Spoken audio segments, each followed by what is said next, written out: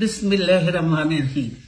প্রিয় সহকর্মীবৃন্দ, আসসালামু আলাইকুম। আজ দীর্ঘ 6 বছর পর আপনারা আবার একসাথে ফ্যাসিস্ট মুক্ত বাংলাদেশে একত্রিত হতে পেরেছেন।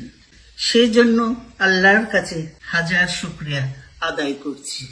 দীর্ঘ ফ্যাসিবাদী বিরোধী সংগ্রামে যারা শহীদ হয়েছেন এবং সম্প্রতি জুলাই আগস্টের ফ্যাসিবাদী শাসকদের নির্মম ভয়াবহ দমন নীতির কারণে গণহত্যায় যারা শহীদ হয়েছেন তাদের প্রতি আমি শ্রদ্ধা জানাচ্ছি। যারা আহত হয়েছেন তাদের প্রতি জানাচ্ছি আন্তরিক সমবেদনা। আমি চিকিৎসার কারণে যুক্তরাজ্যে অবস্থান করলেও আমি সব সময় আপনাদের পাশেই আছি।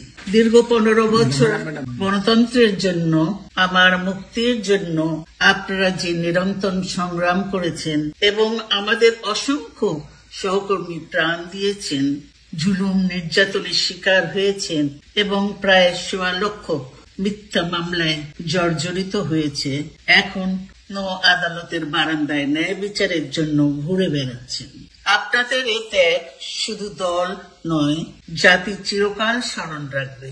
দেশ আজ এক সংকটময় সময় অতিক্রম করছে। আপনাদের এবং ছাত্রদের সমন্বিত আন্দোলনের ফলে ফ্যাসিস্ট শাসকেরা বিদায় নিয়েছে। একটা অন্তর্বর্তীকালীন সরকার গঠিত হয়েছে।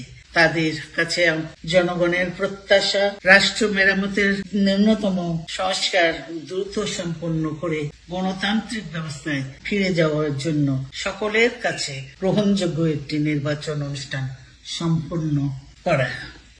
আমার অবর্তমানে দলের ভারপ্রাপ্ত চেয়ারম্যান, সিনিয়র নেতৃবৃন্দ এবং আপনাদের সকলকে সাথে সঙ্গে নিয়ে নিরন্তর কাজ করে দলকে সুসংহত করেছেন। আমি আপনাদের ধন্যবাদ জানাচ্ছি।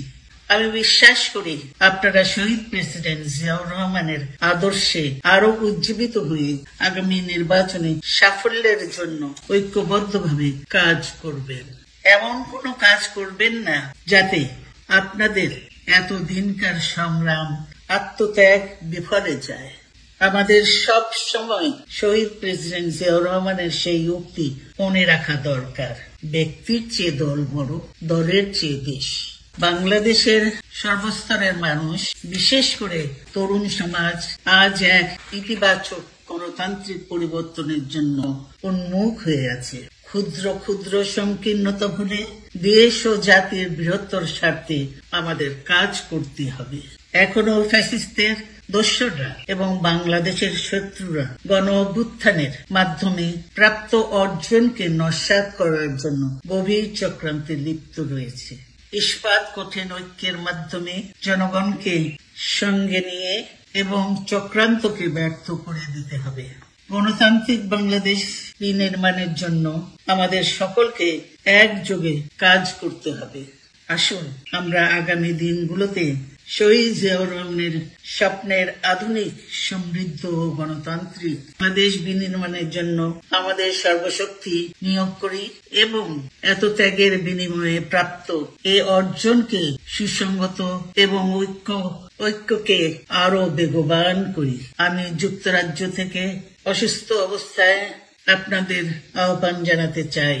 আসুন জনগণকে সম্পৃক্ত করে বাংলাদেশ জাতীয়তাবাদী দলকে পূর্বের ন্যায় আন্দোলন, সংগ্রাম ও রাষ্ট্র পরিচালনায় নেতৃত্ব প্রদানে আরো ঐক্যবদ্ধ এবং সুসংগত ভাবে গড়ে তুলি। আপনাদের মাধ্যমে ছাত্র, যুবক সহ দেশবাসীর কাছে আহ্বান রাখতে চাই।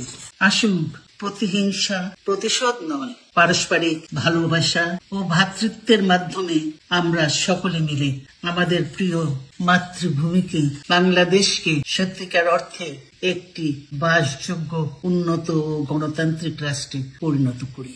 আল্লাহ হাফেজ। বাংলাদেশ জিন্দাবাদ।